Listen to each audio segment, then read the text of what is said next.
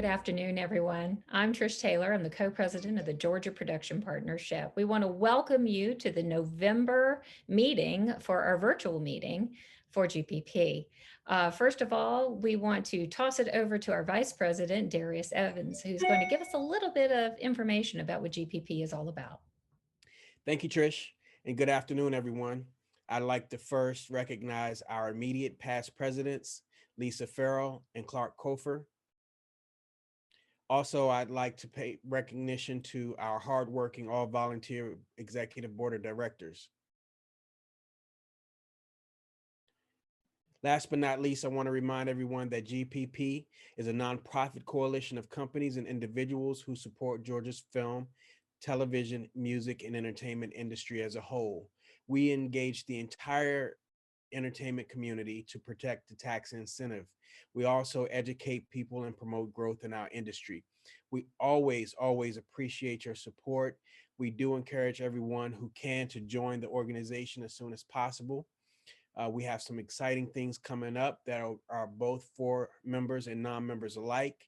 And again, we appreciate everything that you've done so far, and we appreciate all your support. Thank you, Trish. Back to you. Thanks, Darius. Appreciate that. All right, we're going to have a great program here today. And first of all, we're going to do some housekeeping and do a few reports that we have on the books. And I'm going to toss it over to Rick Esteman, who's going to talk about our upcoming elections in December. Rick? Good afternoon, everybody. My name is Rick Esteman. I am the chair of the nominating committee for our 2021 election. At the November meeting, the nomination committee shall present a slate of at least one nominee for each board position to be filled. At the same time, nominations from the floor are in order, assuming the nominee has given prior consent to run for office. Elections shall be held at the December meeting unless there is only one nominee for a given office. The term of office of each board member shall be for 2 years. The nominating committee shall only consider candidates for a board position who are and have been active members in good standing for at least 2 years prior to nomination. All interested members, please send your name and qualifications to me directly to my email, rick@peoplestore.net. So the open board positions that we have in this year's election are for government relations. And just a little information about that position. This committee shall provide a flow of information between the Georgia Production Partnership and the Georgia Film, Music, and Digital Entertainment Office, as well as the advisory board, and advocate for our industry. The incumbent in that position is Peter Stathopoulos, who is again running to fill that seat for 2021. The other position that's open is internal governance. Sorry, one sec here. This committee shall advise and provide support to the officers, committee chairpersons, and membership regarding the rule of parliamentary procedure and bylaws. And the incumbent in that position is Melissa Goodman, who's also running. And I have both of their bios to share with you guys today. And we'll start with Melissa. Melissa Goodman has been working for the Georgia branch of the Actors Guild and the Atlanta local of the American Federation of Television and Radio Artists for over 35 years. This organization is now SAG-AFTA. She has served as the executive director since 1992, prior to coming to SAG-AFTA in 1985. Melissa worked as a talent agent in Atlanta. In 2004, Melissa was appointed to Governor Perdue's Film, Video, and Music Advisory Commission. In addition, Melissa received an appointment to Governor Deal's advisory board in October of 2017. Melissa Goodman is an active board member of the Georgia Production Partnership, where she has served since the late 1990s. She is currently the chair of the Internal Governance Committee. Melissa Goodman has served as an educational vehicle to producers in the fastest growing market in the world. In her role as executive director of the largest entertainment union, Melissa has been an advocate for entertainment labor regardless of the affiliation, and often works hand in hand with other labor unions such as IATSE, DGA, hair and makeup, and cinematographers. And then we've got Peter Stathopoulos. Peter Stathopoulos leads Bennett Thrasher's entertainment practice, which consults with clients nationally regarding entertainment incentives and other tax issues, particular to the entertainment industry. Peter has worked closely with his motion picture studio and television network clients, the MPAA, and state tax policymakers in helping to shape entertainment incentive programs in Georgia and other film incentive states. Thank you for doing that. Peter is an attorney and was formerly a partner with McGuire Woods, LLP, and led the firm's state tax and economic development incentives practice in Georgia. Prior to that, Peter spent 8 years with PricewaterhouseCoopers, LLP, in the area of state taxation and economic development incentives. Peter is a frequently published author and speaker regarding entertainment incentive issues, including articles published in the Atlanta Business Chronicle, Oz, Current Accounts, Accounting Today, and the Marietta Daily Journal, among other publications and organizations. So that's all the information that we have on them. Like I said, if there are any of you who are interested in running, please contact me. Again, my email is rick, R-I-C-K, @peoplestore.net. Thank you. Thanks, Rick. We really appreciate that report. And if anyone is interested in running for those 2 open positions, please contact Rick. And then we will be having our election for this in our December meeting. All right, I'm going to toss it over to our Vice President, Darius Evans, who's going to do a quick report. Thanks again, Trish. So this is our events report. As everyone knows, we are in fundraising season for GPP, and we appreciate everybody's support so far. This year, we're combining our SIP program, our Summer Industry Party, with our Holiday Industry Party, and we're combining them into one larger event, which is a virtual conference. It's called the GPS, the Georgia Production Summit. It's a 2-day summit.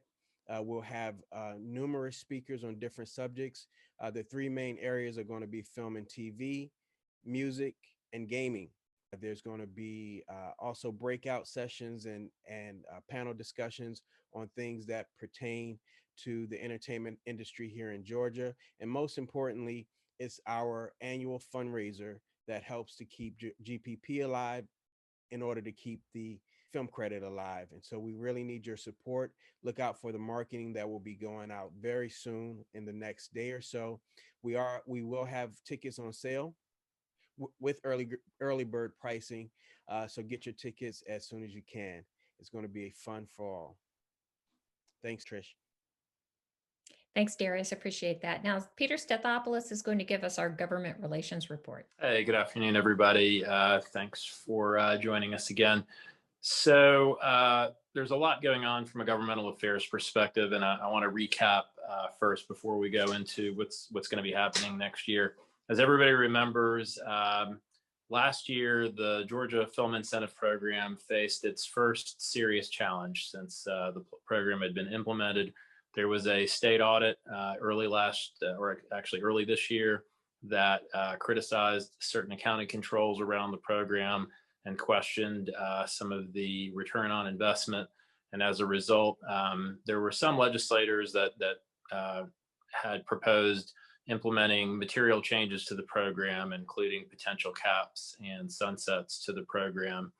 GPP, working hand in hand with our lobbyist, Louis Massey at Impact Public Affairs and the other entertainment coalitions, including the Georgia Infrastructure Alliance and the Georgia Screen Entertainment Coalition, managed to work with our legislative leadership to head off those attacks through the support of people like David Ralston, our speaker, and Matt Dollar, head of the House Working Group on Entertainment, and Brett Harrell, chair of House Ways and Means, and some of our allies in the Senate. So the net result was legislation which improved the accounting controls on the Georgia Film Tax Credit Program, which was House Bill 1037, which was signed into law by the governor. And that program did make certain changes to the entertainment credit that were substantive, including a requirement that projects be commercially distributed, in multiple markets. But coming up next year, I think Georgia's still in a fiscal crisis, and there's probably still going to be some scrutiny on the Georgia Film Program. So it's more important than ever that GPP be out there educating legislators as to the importance of this program and how it creates jobs and opportunities for people in Georgia, and to really advocate for smart choices and not make any changes to the credit that would negatively impact Georgia's competitiveness in film tax or film production. So with that being said, I think it's more important than ever that people renew their memberships, and all funds that that are contributed, a significant portion go to GPP's governmental affairs efforts. So with that, I will turn it back over to Trish. Thank you, Peter. I'm going to go ahead and toss it over to Lee Thomas at the State Film Office, who's going to give us her report on what is filming here in Georgia. Thank you, Trish. I appreciate it, and hope everybody's doing well. It is getting busy. We're about out of stage space, which is a good sign. I will jump in here. We have Devotion, which is going to be in Savannah. It's a feature film. They are in pre-production now. We are anticipating that Dynasty season 4 will be back soon. MacGyver season 5. We have a Lionsgate feature, Miller's Girl, which is on its way. We have TV reality Prank Encounter season 2. Raising Dion for Netflix will be back soon, and also Sweet Magnolia season 2. In prep, we have a documentary entitled Dark Side. Also Anchor Point, a TV series for Disney Plus. Black Adam, which is a feature film for Warner Brothers. We have Doom Patrol season 3. They are in prep as well. A new television series for Warner Brothers. For Lionsgate, First Ladies. The television series for Disney Plus, Jersey, is in prep. We have Ozark in prep, season 4. Also Serenity Now, which is a studio feature. Stargirl season 2. They are also in prep, and a feature entitled They Clone Tyrone. In production, we have 1,000 Pound Sisters. We have Alice, that's also in Savannah, an indie feature. Archer season 11 is working away. We have a television series also for Disney Plus, Architect. Reality, we have Beyond the Pole season 2. We have Black Lightning season 4. Central Avenue season 2, which is reality. Creep Show season 2 in production. Feature film Dear Evan Hansen, that's NBC Universal. Dish Nation season 9. Divorce Court. Envy, which is a TV movie for Lifetime. The First 48, which is TV reality. Heels season 1, that's also Lionsgate. Instant Family, TV reality for the USA Network. Ileana Fix My Life season 10, TV reality. Legacy season 3, Life by the Ton. Little Women season 6, Mama June season 5, Married at First Sight. Put a Ring on It, Saints and Sinners, TV movie. Feature Samaritan. Steve on Watch, which is TV reality. Red Notice, which is a studio feature. The Ark of Lilburn, which is a documentary. The Resident season 4, that is, for Fox. The Ride That Got Away, also TV reality. The Walking Dead is up and running for season 2, and then they'll roll into season 11. And then a documentary, 20 Pearls, the Alpha Kappa Alpha story. So that's it. A lot of shows. That's excellent news, Lee. We appreciate your report. Thank you so much. Thanks. All right, everybody, we are about to jump into a great topic and a great discussion talking about the actor's new normal and what casting is going to be like. First of all, I'm going to toss it over to our moderator, who is Christopher Young. He's with BYSB Talent Agency. So Chris, if you want to take it away and introduce our panelists. Good morning, everyone, and thank you so much, Trish. I think with Lee's report, we can see why Georgia remains #1 in film production. As Trish has stated, our panel today is extremely exciting. with the title that is so appropriate, Casting in the Actor's New Normal, Challenges and Changes in the Acting Industry. I want to start by, first of all, stating that Marty Scorsese has been quoted as saying, more than 90% of directing comes from casting.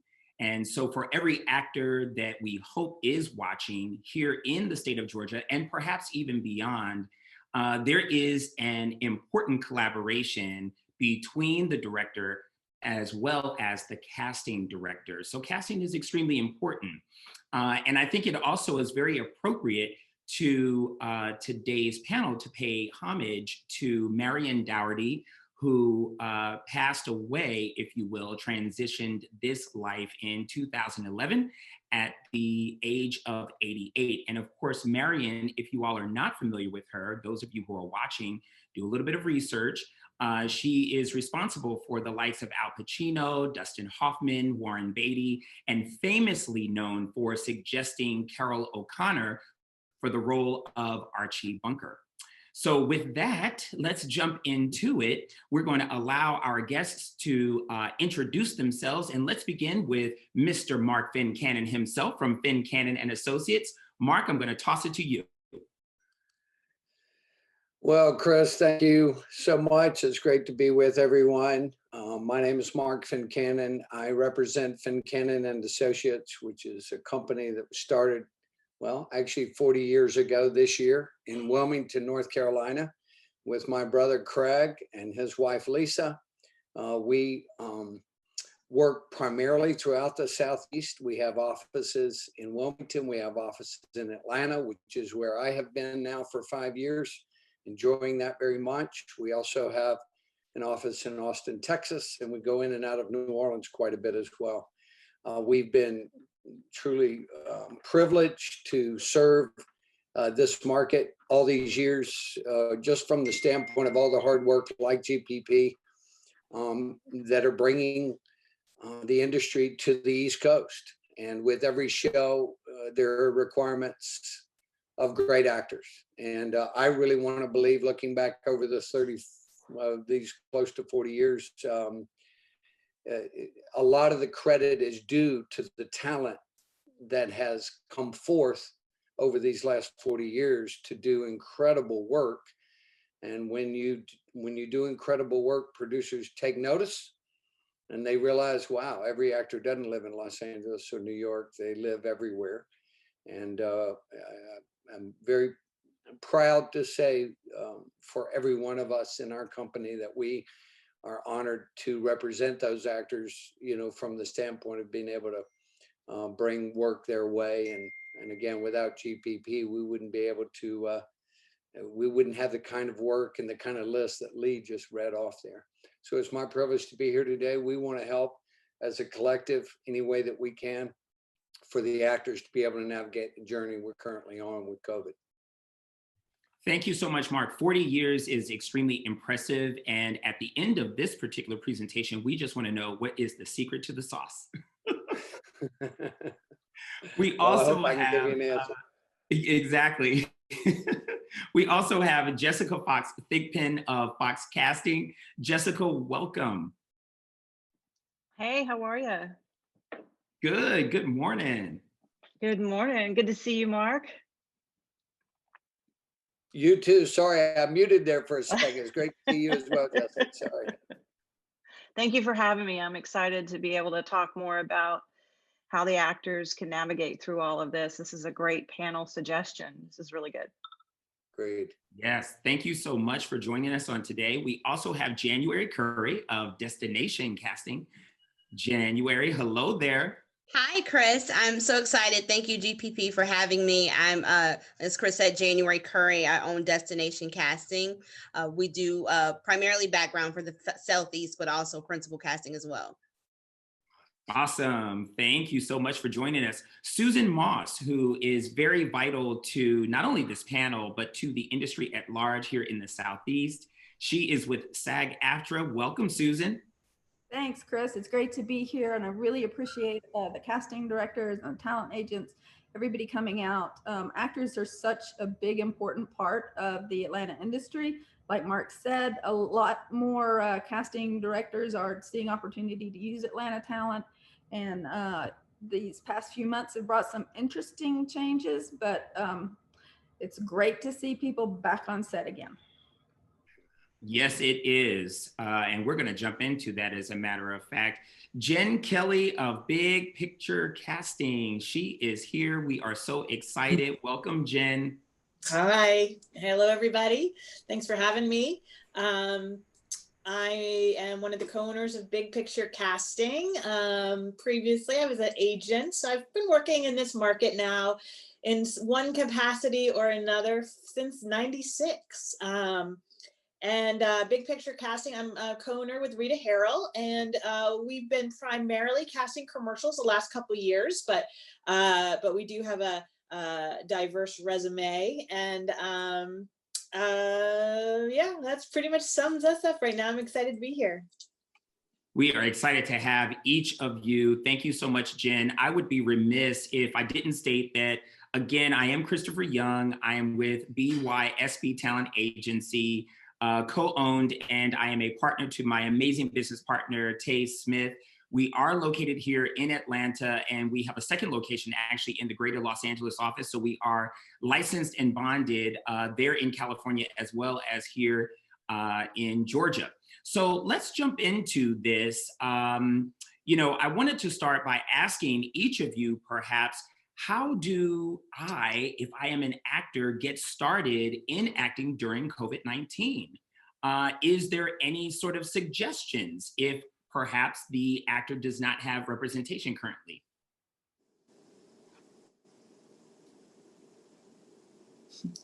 Well, I mean, I'll jump in. I think attending, there are lots of workshops going on now where you can get some FaceTime with casting directors or agents.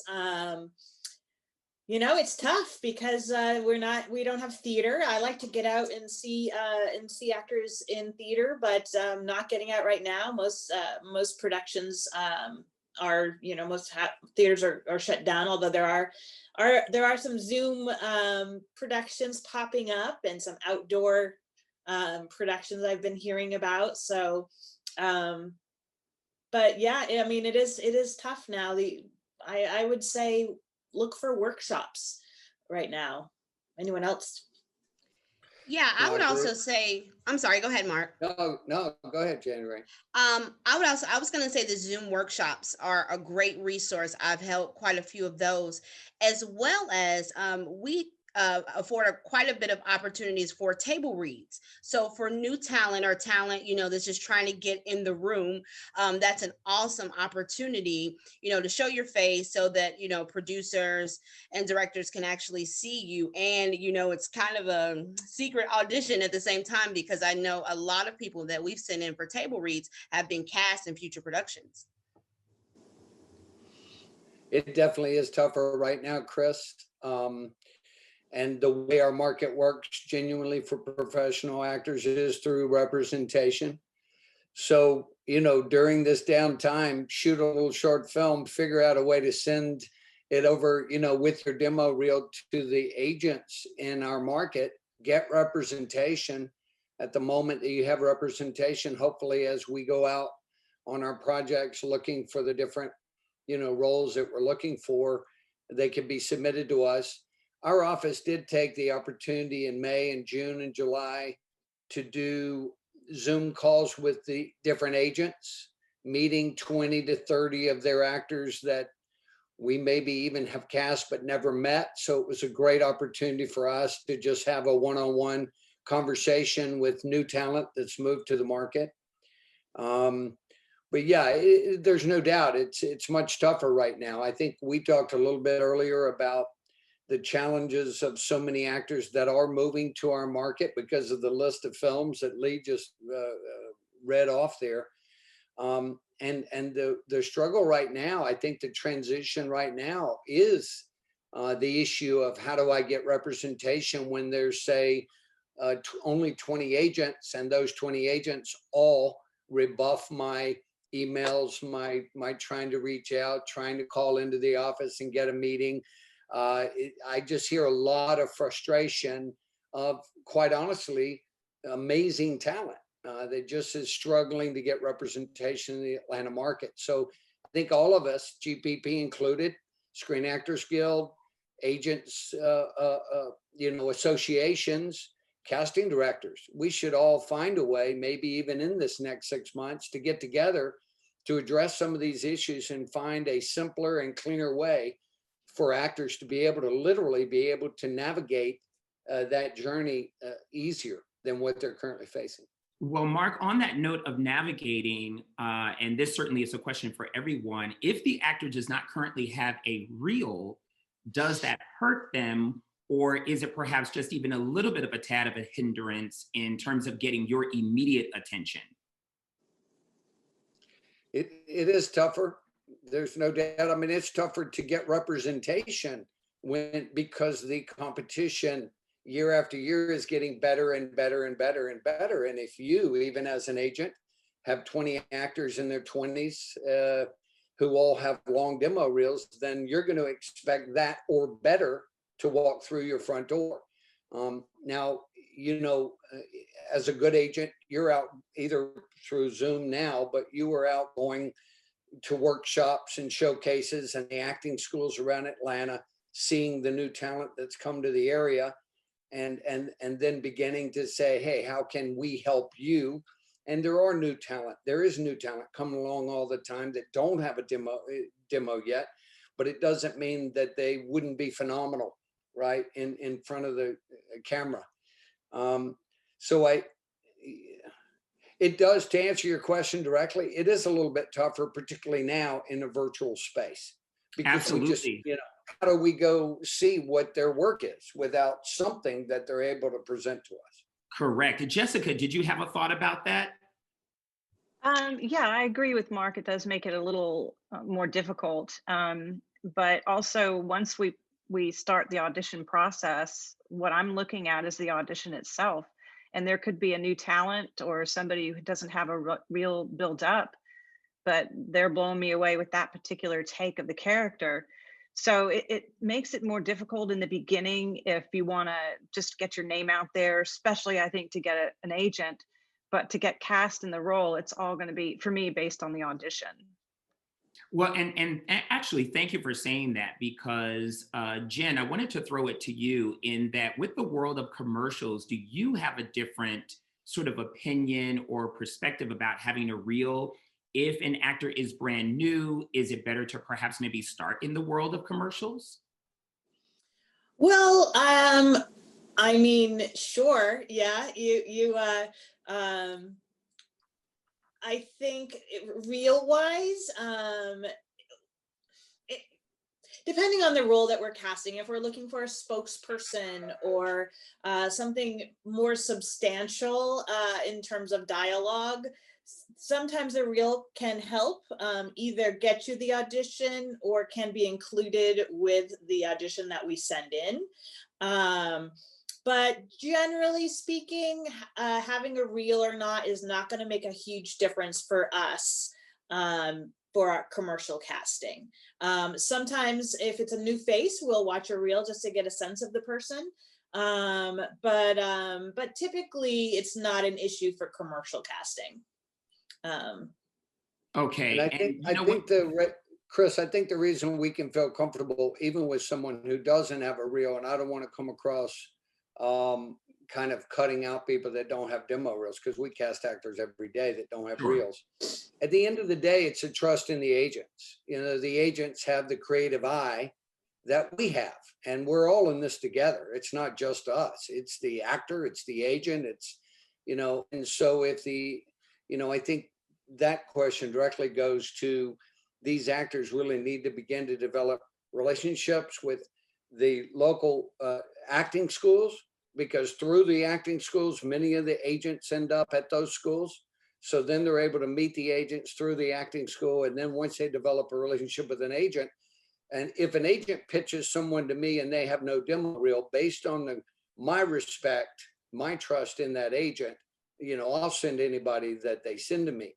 The problem is we get 700 submissions on every role we go out on, and we don't have time to see 700 auditions, right? So we do have to edit that down.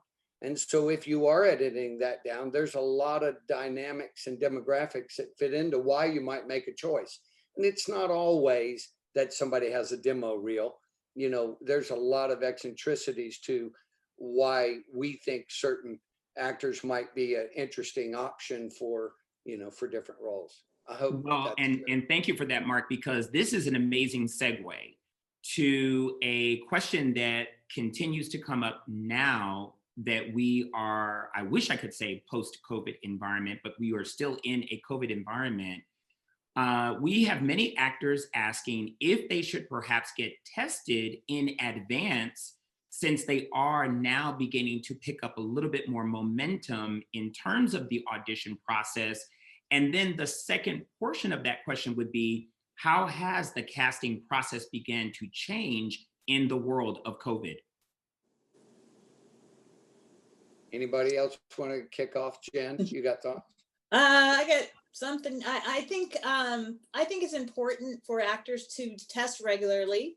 And I also think they need to do some homework and know places near them they can go, know where they can get quick tests, know where, you know, just to have a list of options in case they get booked for something in 2 days, or a week, you know, and just to have a plan in place in case that happens quickly. Anyone else want to add? Yeah, Jim. Yeah, we're doing, you know, The Resident has started back up, and that's one of the shows that I do there in Atlanta. And it has been tricky. We've been basically instructed that every actor needs to live in Atlanta. You know, there are actors that are trying to do New York and Atlanta or LA and Atlanta and all that. And it gets complicated. And in a simple form, if an actor is starting this Friday, then they've got to be tested today. Or yesterday, actually, in Atlanta, not at their own choice of choosing. So we have a specific one place with one doctor, and every actor goes to that one place. And that has to happen 3 days before work. It's not considered start work time. So for those reasons, that's why it's very difficult and been challenging for us to not literally bring somebody in from New Orleans or Charlotte or wherever else, because we need them here 3 days before to be tested. And then if you're on a weekly contract, you're getting tested there every 3 days. So I think as an overview as well, if you want to be, if you're taking this professional acting serious, then you need to think about that in terms of how you live every day, where you go, where you eat, who you're hanging out with. Certainly not that you have to stay at home all the time, but you certainly need to think about social distancing. You think about wearing your mask when you're in populated areas, because otherwise you may be out and you actually are jeopardizing an entire show. So, you know, actors do have to take this particular time that we're in very seriously. It's just another layer of the professionalism that is expected out of an actor.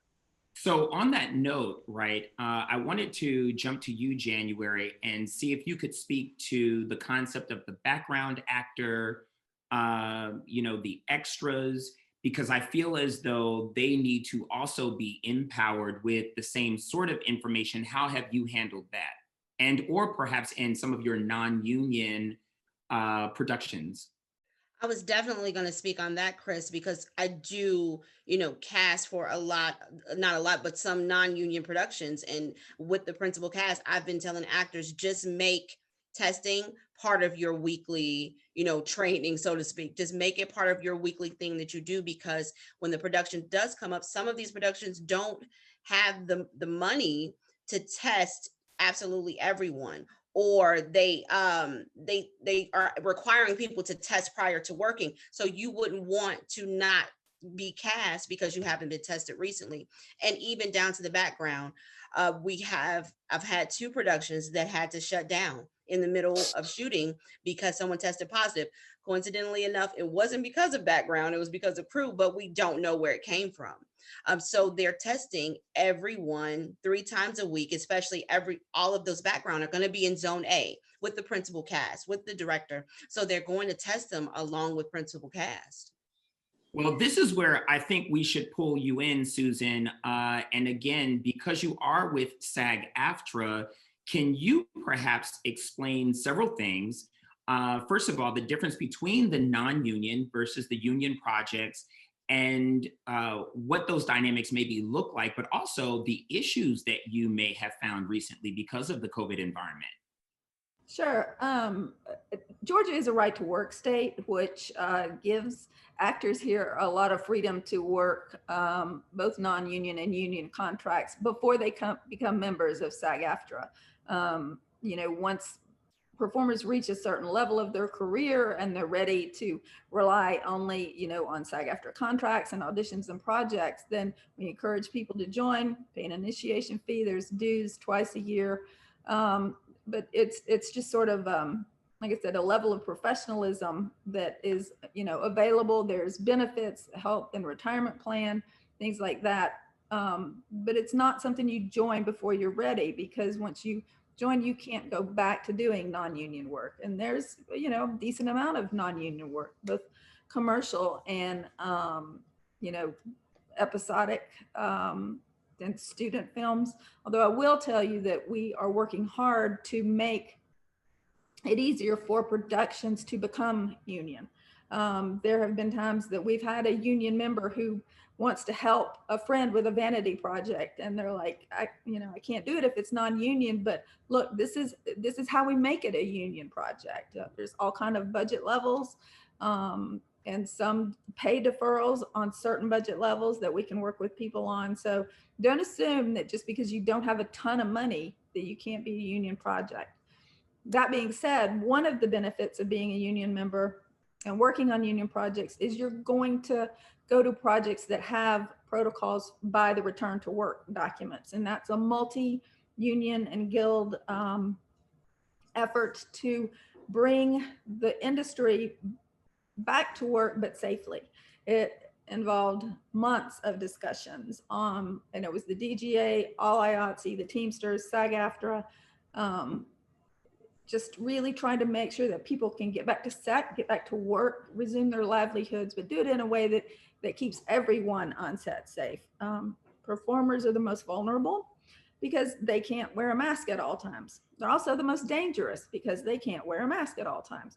So we are always reminding our cast members and stunt performers that they need, and I would say this to any actor out there, your job to be ready for day one of production is to avoid, crowded situations, to wear your PPE in your personal life, to, follow all the guidelines put out by the CDC and the health professionals to, maintain that safe environment, so that when they do call you, they don't go through, I'm sorry, your Facebook feed and see that you're at a block party or something. Because as January said, there are shows that have been shut down because somebody has a positive. They may have been asymptomatic, so they may not have known they had it. And so it can spread because people are feeling so comfortable and so confident, or maybe just a little mask fatigued, that you're not following all the rules. But because our members are subject to the safety protocols of return to work documents, we're just really proud of the effort that we've seen and what the work that we do. I go on set to check that kind of stuff. And sorry, I've got a tickle in my throat from talking about COVID, right? So just that's okay. just to make sure that that all the productions are following the rules and that they know they've got somebody to call if they have concerns or issues. So I'm going to go on mute and have a drink of water. Okay. Well, what I would like to say on that note, based off of everything and awesome information from Susan, is that one of the things that we try to explain to the actor, especially at the point of getting a hold, a pen, or just noticing that they're possibly being considered, is please try and follow the protocol at all costs. No matter the circumstance, just follow the protocol. Susan, if you're okay with coming back, the one thing I did want you to mention is a hot topic right now, which is the improvement to intimacy, nudity, waivers, etc. Would you like to speak to that? Yeah, I'll go over it real quickly, and I'll put in the chat a link so that people can, see some more detailed information. But one of the biggest things coming back to set was to, like, how are you going to handle intimacy, any kissing, any close contact scene, any nudity? As sensitive as all that was pre-COVID, it's a whole lot more sensitive now, and involves increased testing. It involves a lot of trust between the production and performer. So fortunately, while we were in COVID, we had chance to, we were renegotiating our theatrical and TV contract for starting 2020, and it improved a lot of the language for intimate scenes. Waivers, nudity, intimacy waivers have to be signed 48 hours in advance. Can't be on the spot, here, look at this, sign this. It has to be sent to the agents, to the lawyers. That's all got to be negotiated. Performers need to know what they're wearing, what they're doing. Is there an intimacy coordinator? And along those same lines, it's a better definition of intimacy coordinator, what they can expect. And I really encourage productions at any level to use that, because it's a way of keeping the production safe and keeping a performer safe emotionally as well as physically. And it's, in this day and age, closed set has a different meaning, because now it means no visitors, but it's more specific, and who can be a part of, the room at that time, who can be on the set. And I'm trying to, I think I just skipped something, but anyway, again, it's just a much more detailed look and requirements for handling performers when they're in the most vulnerable place they can be. Thank you so much. That is amazing information, and hopefully everyone can take it and use it. I know what it was. There was something else I wanted to say, is that they can't have like open calls with nudity anymore. And like nudity can only be related to the final callback. There can't be cameras in there. I mean, I don't know that that happened so much on union projects, but performers just need to know, whether it's union or not union, there's a lot of stuff they do not have to put up with. And it's a huge red flag if you're, doing final callbacks and, you've agreed to, be nude in that final moment, and somebody's got a camera, that should not be happening. I mean, that's just for a producer who absolutely would need that for some reason, and performers need to know they should be protected. Yeah, no, thank you for that, because it is an important note. I think every actor needs to know that the communication between themselves, their agent, and then the communication between the agent and the casting director is extremely vital, and to be very transparent and upfront about what the role is, what it calls for, if there is a potential scene or multiple scenes, if you will, with nudity and or intimacy, etc. So it's very important for sure.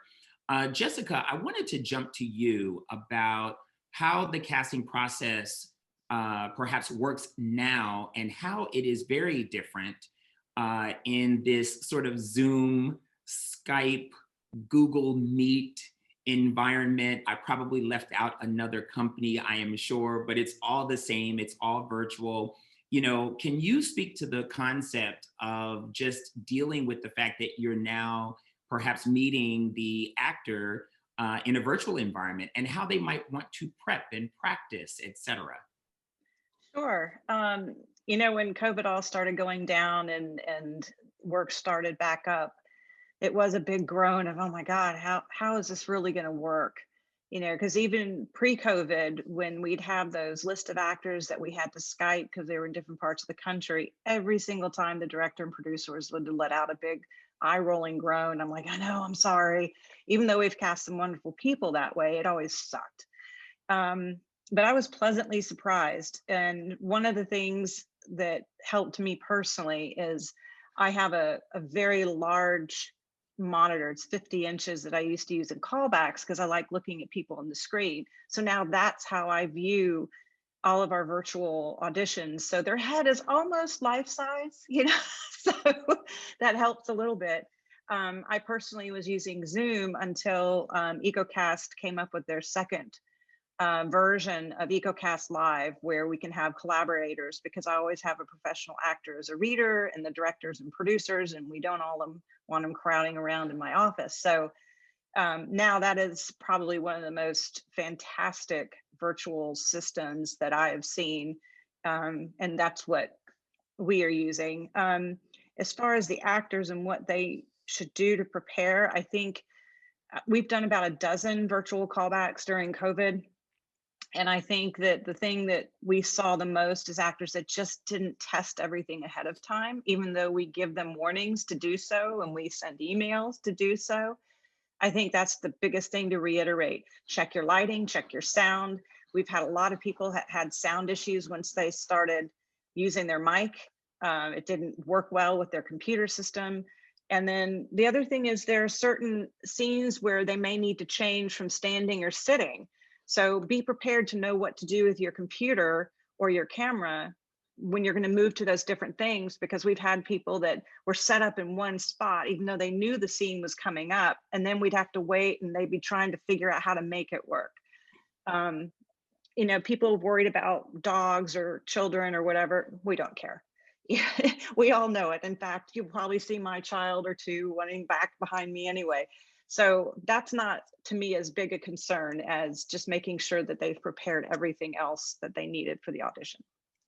It's awesome information. I wonder if, Jen, you can speak to the same concept, but perhaps adding another layer for children and families during this callback moment and or audition processing. I mean, one difference that we've seen is a lot of our clients want real families and real groups that have been quarantining together, real couples. So so that has been a new challenge for us commercially. We're doing one right now where they are actually wanting to use the footage from the audition in the commercial. So the parents are, it's a concept spot, but this way the kids don't even have to go to set. And we did another one a couple of weeks ago, this huge spot where we needed groups that had been quarantining together. Groups that had been, we needed real nurses that had been working together, and we needed real volunteers that had been together, and a bunch of families. So it was interesting to see some of the agencies have jumped on that bandwagon, and they've started getting family pictures, even if some of them aren't technically actors. And that's been super helpful for us commercially. And I think more and more agencies are starting to follow suit. So yeah, the people want small sets. They want people that have already been together. So their chances of one person getting it, COVID is their odds are better. We've also, I don't know if this is part of your question, but it just popped to my mind there. We're working on a job right now where they'll be casting two. They'll be paying another for the session, and they just want them available and just in case, last minute. So they have to get tested, get wardrobe, everything up until day of. So we have backups that are in place. So thank you for that, because on that note, I really do want to throw it to perhaps either January and or Mark, maybe even you, Jessica, because there is an actor that we actually have who booked top of show only to find out, to his extreme worry and nervousness, that there are two of him.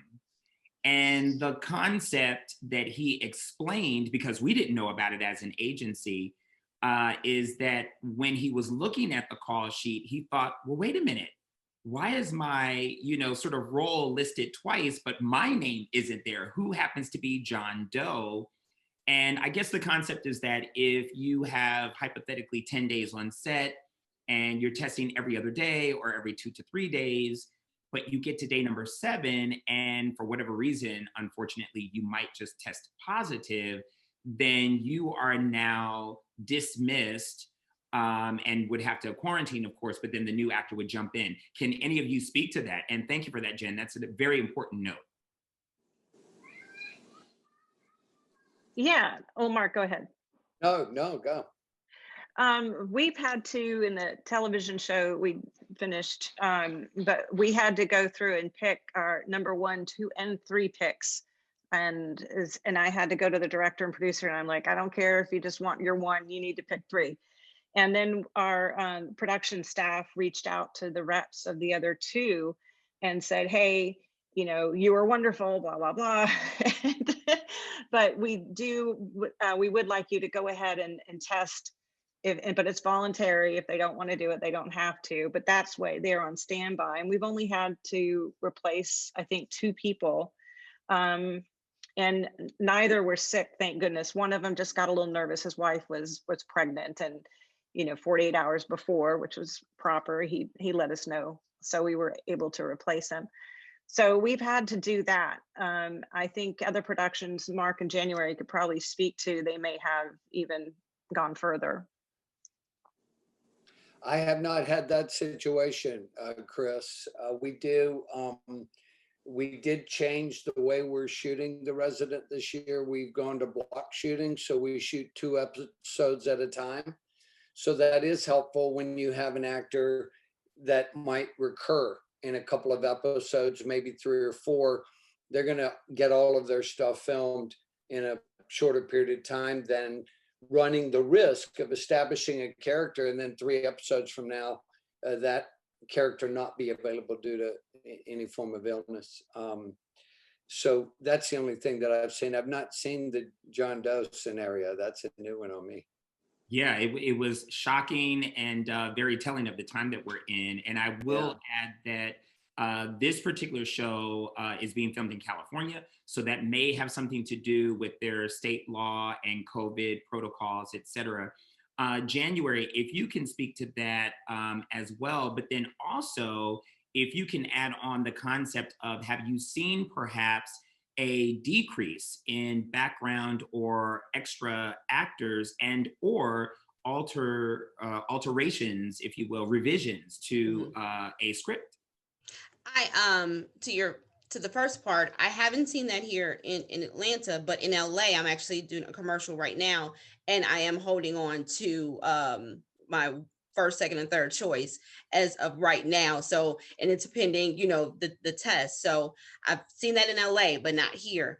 What we've been doing here, I know one particular non-union film is once they tested the talent twice, had a double negative, then they quarantined the cast in one home for the run of the show, like the entire shoot. Everyone had to stay in this one home. So it worked, thank goodness. It was different, but they did, just keep them all in one place. And to the second part, absolutely. We have a lot of shows where they will test and hire a core group of people. For one particular series, we're doing it on a weekly basis. So we will, book 20 people for that particular episode that's shooting that week, test them twice before they work to get that double negative, and then testing them every other day while they're on set. So we're doing that weekly, a core group of people. And if you don't make it to those first 2 tests, then you won't be able to work. So definitely a reduction in the numbers, which does play a big part creatively, where they're having to reuse faces. And, luckily this is a show with a lot of special effects, makeup and everything. So, it's kind of easy and fun for people. I can play, one character one day and another one another day. However, for shows, it can be, kind of really inconvenient because because there's no rush calls, no such thing as that. There's no at midnight, hey, I need 10 people with blue hair. It's just not happening. Yeah, it's so interesting. I mean, everything seems to be completely different than what it was. And, again, our perfect title, The New Normal. And I know that phrase is becoming kind of cliche. I do want to ask you, for the actors that are watching that don't have representation, not even necessarily new though, how at this point do they have an opportunity to meet and greet each of you? If they've never met with you, they've never auditioned for you, how do they get on your radar? Is there a suggestion? Are you accepting submissions? And just how does that work?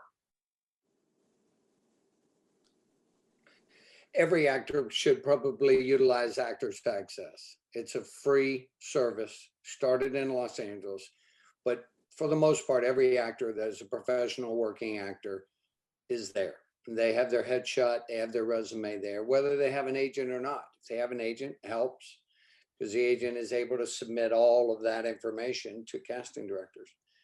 But when we do go out, we go out and include self-submission. So if you don't have representation, but you see a particular character breakdown and you see a character that you think you may be right for, you can submit on that.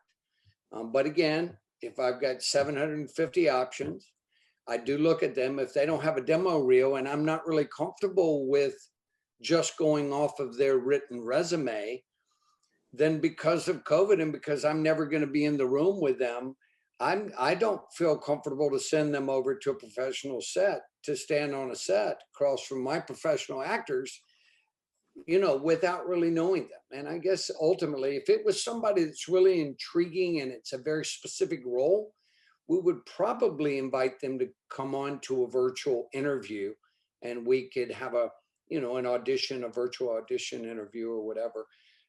But I don't really find that we have to do that. We have so many phenomenal actors in Atlanta that are represented, that we don't necessarily have to go outside the kind of professional scenario that we've established here.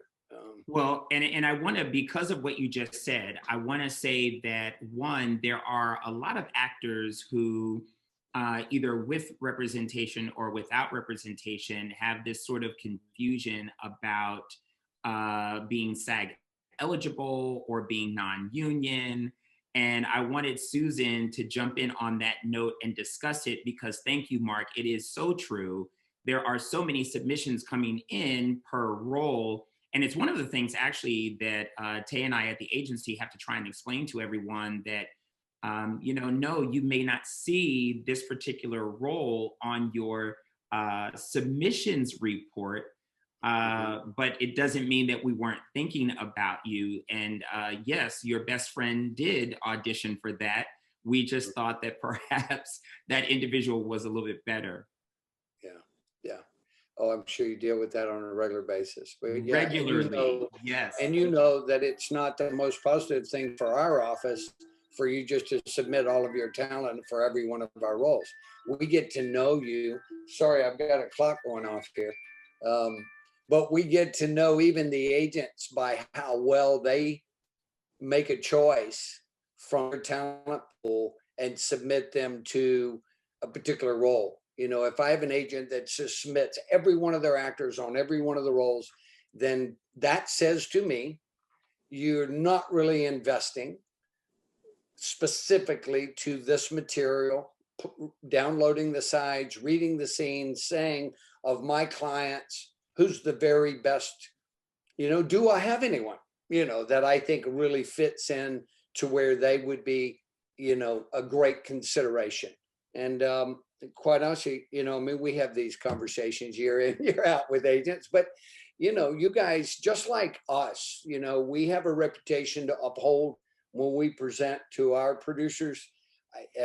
Agents should consider the same professional consideration when they're presenting to us. And you do that very well. And that's why you face the challenges, because you're not submitting everybody on every role. So I commend you on that. Yes. Well, and I want it to be said also, right, that Gary Marsh over at Breakdown Services, also known to the actor as Actors Access, is phenomenal. And they really have created a platform that is really tailor-made to every actor in the industry. I have to definitely say that.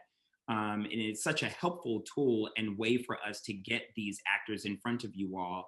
And so I hope that the actors have actually heard what you said in terms of the idea or the concept of representation. At the start of your career, it may not really be about having representation, because you are well suited to represent yourself by doing that very first thing, which is to get yourselves on Actors Access and to make sure that the profile is filled to its entirety with amazing headshots, et cetera. I don't want to forget that concept of SAG eligible versus non-union. I think, Susan, I will say this before you kind of comment on it. If I could go to every actor in our roster and just kind of say to them, please take the SAG eligibility check mark away and just put non-union. This way, when we're looking at submissions, we can kind of remember in our minds, who is non-union, if you will. Yeah, that's true. There really is, in this market, there's no difference between SAG eligible and non-union. You're either in the union or you're not here. The difference being that in Georgia, you don't have a must join after you get one role. Like now in Georgia, you can be eligible to join SAG, which is where the SAG eligible comes on, SAG-AFTA, I should say, after you've been cast in one speaking part. I mean, that's the threshold, right? So people will put that they are, I guess, to show that they've made that threshold, that they've had that one part, that they are SAG eligible. But other than that, it doesn't really mean anything. For us, what it means is you are eligible to join, but you're choosing not to. It could be personal preference that you don't feel like your resume or your reel's quite there yet. Sometimes it means that you've taken a lot of SAG-AFTA contracts and you've decided not to support the union. That puts you in those, that creates these kind of safeguards and projects. So that's my pitch, is that at a certain point, you want to support the organization that fights for good wages, that fights for safe working conditions, that fights for those pension and health plan contributions. So but just to put SAG eligible on something, yeah, I don't know that it signifies anything. The casting directors could probably tell you better, but for us, it doesn't mean anything. Yes, and well, we see it a lot, and I think that there is perhaps a conversation, right, in the community of actors among one another, hey, I'm SAG eligible. And I think that when they are submitting to us, it kind of makes them feel like they're a level above the quote unquote non-union actor. And we sort of, have to deliver the news. It's like that cartoon where you feel like you're a giant and it's like a want moment by saying, oh, okay, you're non-union. And it's like, well, no, I'm SAG eligible. And I wonder if there's any difference in your world, Jen, when it comes to union versus non-union. In this market, it doesn't matter so much. I mean, to me, it says, okay, this actor has worked and worked on a SAG production. So it tells me that, but it's not going to factor in really in whether or not we call someone in. Back in the day when I was an agent in LA, it had more significance, and I don't know if it still does now. It's been a while, but for us, it doesn't make a difference in whether or not we see or cast someone. And thank you for that. And on that note of not making a difference, I'm wondering if, here it comes, this big buzz moment, right? Does social media make a difference to any of you? If it's like, hi, Jen, hi, January, hi, Mark, hi, Jessica, I have 500,000 followers, cast me. What does that mean to you? Usually it doesn't factor in unless we're working on a project that specifically wants an influencer. in a role. Like Jessica said, it's all about the audition. We want to pick the best actor for the role. So unless that's a requirement from our producers or whatnot, it's not really going to factor in for us. We want the best actor for the job. Yeah, Jen nailed it right there. It is all about that. And I think Chris, you and I have talked about this before. When people are looking for influencers, and Jen can jump on this too, I mean, the amount of followers they have has to be so large. And there's very few people here that are even coming close. 5,000, 50,000 is not going to cut it. So especially with the dramatic roles that I do, it means nothing. However, social media is coming more into play. The feature film that we're starting in January, I've been told by the producers now is a part of the vetting process, which is going to make my life a little harder. I need to look at the social media accounts of the final people to see if they have a whole bunch of posts of them partying in bars without masks. That's a concern that we have to look at. It's unfortunate. We just had a commercial say the same thing, that before they were going to present to the end client, they were going to go and look at social media. These are really amazing points.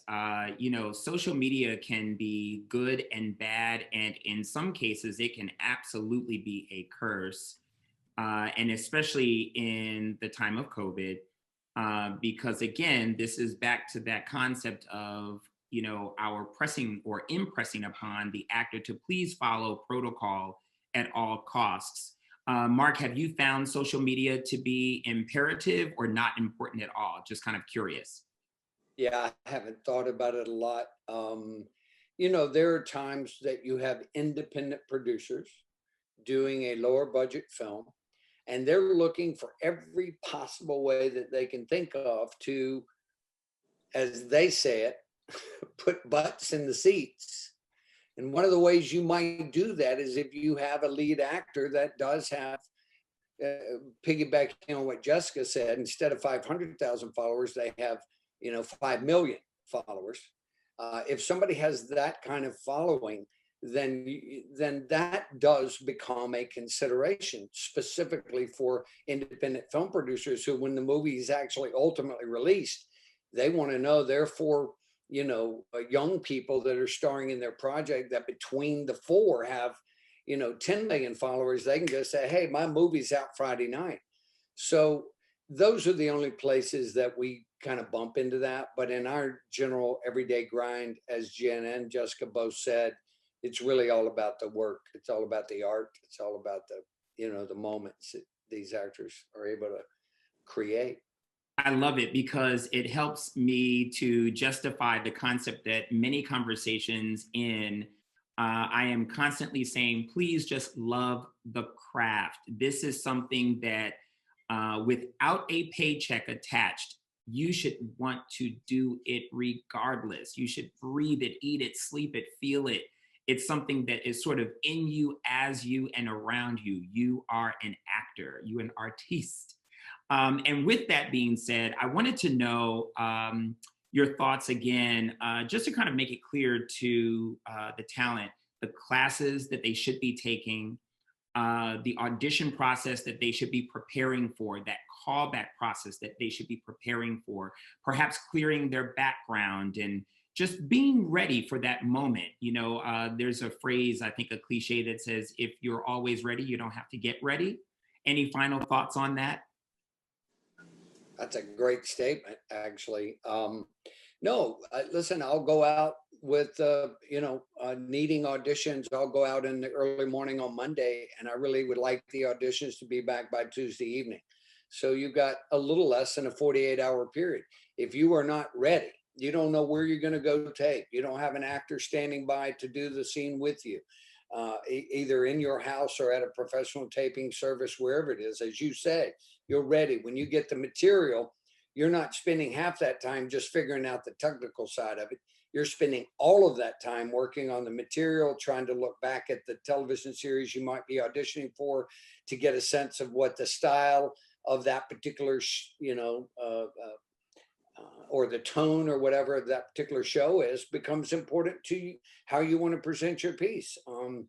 Anyway, you really ought to be able to spend all that time, short time actually, on the creative aspect of it, memorizing dialogue, stepping into those, knowing as much as you can about what happened before and after and all the other characters in between. Well, I want to say also that there is something that I had been saying a while ago, really Tay and I both, is that I know the self-tape process was always an odd concept for those that are on the West Coast specifically, because they were so used to being in the room, which is why I want to say to every actor that is watching who is here in the Southeast, especially those of you who have been doing this for quite a while, this is not a new concept. I think if anything, this should just be the moment where you are seriously sharpening that skill of the self-tape. And quite frankly, you should be rising well above those that are forced, unfortunately, but forced to make this a new skill set. So the self-tape is very, very vital. Thank you so much, Mark, for that. Finally, I did want to say this. I wanted to speak to the mental health and wellness of the actor, especially during this time frame of a pandemic. We want the whole actor to be present. We want your mind, your will, your emotion, even your physical body to be intact, and not just so. I was reading earlier, and according to Medical Express, actors are highly vulnerable to depression and symptoms of anxiety. But then on the good side of this, because I always say that when it's raining, we mustn't look at it as being rain, but look at it as though it is simply liquid sunshine, right? So Project Casting states that overall, acting obviously is a very positive experience, allowing for the boost of self-esteem, especially when you're out and about and you're making new friends, you're establishing long-lasting relationships, perhaps between cast members, et cetera. And so we want to encourage each of you to find things that work for you. Perhaps these are spiritual methods, meditation, prayer, whatever your practice is, nature, going out of the house and visiting a local park, or perhaps even walking in your own neighborhood, working out. If you're not able to get to a gym, calisthenics, jogging perhaps. And there's even the concept of social groups. Toastmasters, I know we have an actor that just recently joined because of course everything is virtual now, knitting, cooking, book clubs, etc. So, I just wanted to really speak to that and also let you know that if you are feeling overwhelmed and you are watching this particular presentation, because we do know that COVID-19 has impacted us all, I wanted to just simply remind you to take special care of yourself during these difficult times. And for resources and additional help, please do go and visit the GPP website. We are going to list a hotline there for immediate help. You can call Georgia Crisis and Access Line at toll-free 800-715-4225. At this time, I just want to say thank you so much to Georgia Production Partnership for everything they do in the Georgia entertainment community. And I want to say thank you so much to our special guests. We really appreciate every single one of you and all that you do in the space of creativity. Mark Fincannon, Fincannon Associates, Jessica Fox Thigpen at Fox Casting, love your logo by the way, January Curry at Destination Casting, Susan Moss of our wonderful SAG-AFTA, say hello to Melissa for us, Jen Kelley at Big Picture Casting. I just want to say again, thank you to the executive board. During this time of pandemic, we know that it has not been easy, but you have done an amazing job at keeping GPP afloat. A special thank you to our GPP co-presidents, Trish Taylor, who should be popping back up on our screen anytime now, and Anissa Bray. And we want to also thank our Industry and Community Relations Committee for putting the meetings together and for keeping us all informed and engaged. and that would be Kimberly Raybon as well as Michael Jackson. Thank you all so much for joining us today. Thank you, everybody. We really do appreciate it. And we couldn't have said it better, Chris. We want to also thank you for being a fabulous moderator for today's panel. You did a great job. Thank you for having me. Absolutely. Love your enthusiasm. We also want to remind everybody that not only, like Chris said, we have resources on our GPP page, but also our December panel that's coming up. It is going to be on state of production finance and insurance. So if you're interested in that topic, we want you to join there too. Also, if you get the opportunity to join GPP, we would love to have you as a member. As Peter Stethophilus mentioned earlier, we have a lot of stuff coming up in January, and we would really like to have our coffers filled so that we can continue to protect the tax incentive here in Georgia. That's it for our program today. Thank you again, everybody, and have a blessed month. Thank you for having us. Thank you all. Yeah, thank you. Awesome, everybody. Appreciate it so much.